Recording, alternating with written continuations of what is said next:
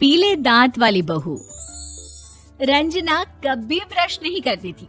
उसे कितनी बार उसके माँ बाप ने डांटा, लेकिन उसका कोई असर उस पर होता ही नहीं था, जिस कारण से उसके दांत पीले पीले हो जाते हैं। शादी के बाद। अरे बहू, वैसे तो तुझ में कोई कमी नहीं है, पर तेरे दांत इतने पीले कैसे हैं बेटा? कैसे मतलब? कोई सर्जरी थोड़ी ना कराइए।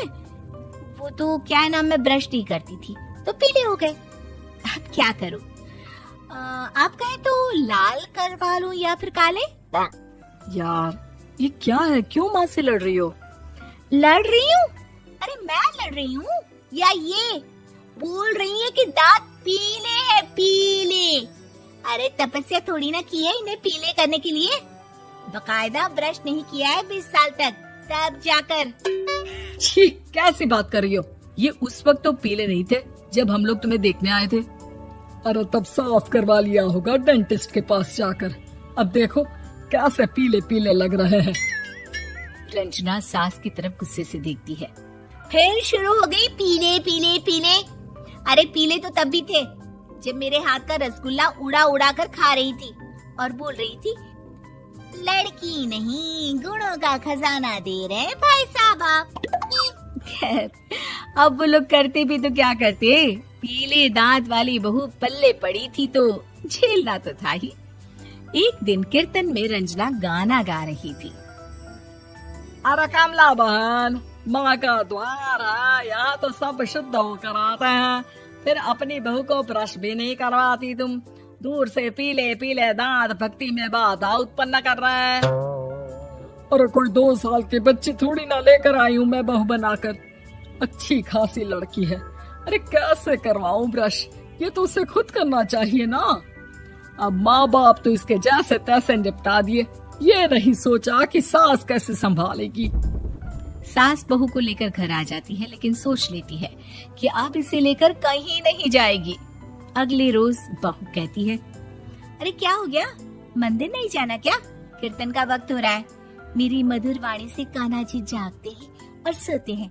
आप तो जानती है ना उनकी भक्ति में कितना मन लगता है मेरा। वो क्या है ना, तबीयत ठीक नहीं लग रही है मेरी, आराम करूंगी मैं। तबीयत ठीक नहीं लग रही? अभी तो मिथुन के गाने पर नाच रही थी आप, और अब बोल रही है कि तबीयत ठीक नहीं लग रही। अरे भक्ति में मन लगा लो सासू माँ, ऊपर जाना है, क्या मुंह दिखाओगी आप? हाँ? सास को बहू की बात पर गुस्सा आ जाता है। मैं क्या मुंह दिखाऊंगी, इसकी चिंता तो ना कर, समझी? अपने मुंह की चिंता कर, जो ये पीले पीले दांत लेकर हर जगह पहुंच जाती है। पता है लोग कितना मजाक बनाते हैं। ना जी ना, मैं नहीं जाना कहीं तेरे साथ। तो ये बात है। कोई ना, मत जाओ, मैं अपने कमरे में ही बैठकर भक्ति कर लूंगी। ऊपर वाला दांत थोड़ी ना देखता है, मन देखता है, भावना देखता है। और अरे बस बस, तू सब कुछ दिखा, बस ये सफेद चमकदार दांत ना दिखाना किसी को, है? जा यहाँ से। बहू को सास की बात का कोई फर्क नहीं पड़ता, वो तो जैसी थी वैसी ही रह जाती है। सुबह नहाकर किचन में खाना बनाना, फिर खाना खाना, कीर्तन भजन करना और सो जाना। एक दिन, माँ जी मैं सहेली के घर जा रही हूँ, शाम को लेट आऊंगी। हाँ, तो जाना, मैंने कौन सा तेरी आरती करनी है घर पर बैठकर। रंजना सहेली के घर जाती है, जहाँ वो पार्टी में जाने की तैयारी कर रही होती है। अरे शिखा, कहाँ जाने की तैयारी कर रही है? मैं गलत वक्त पर आ गई क्या? अरे नहीं यार, उल्टा सही वक्त पर आई है। मैंने ये साड़ी और ज्वेलरी निकाली है यार, शाम को इनके ऑफिस की एक पार्टी में जाना है। बताना कैसा लग रहा है ये सब? नहीं यार, इस ड्रेस के साथ तो वो वाली ज्वेलरी अच्छी लगेगी। हाँ सही बोल रही है, मैंने ध्यान ही नहीं दिया। वैसे तो हमेशा से मस्त फैशन सेंस रखती है। तो बड़ा जाती होगी ना पति के साथ पार्टी में। रंजना कुछ नहीं बोलती, बस सोचती है कि यार काश ये बात सही हो जाती, पर मैं क्यों नहीं जाती पार्टी में? क्या इन लोगों की कोई पार्टी होती नहीं होगी? रंजना घर आती है और रात में पति से सवाल करती है, एक बात बताइए, आप मुझे किसी पार्टी में क्यों नहीं ले जाते?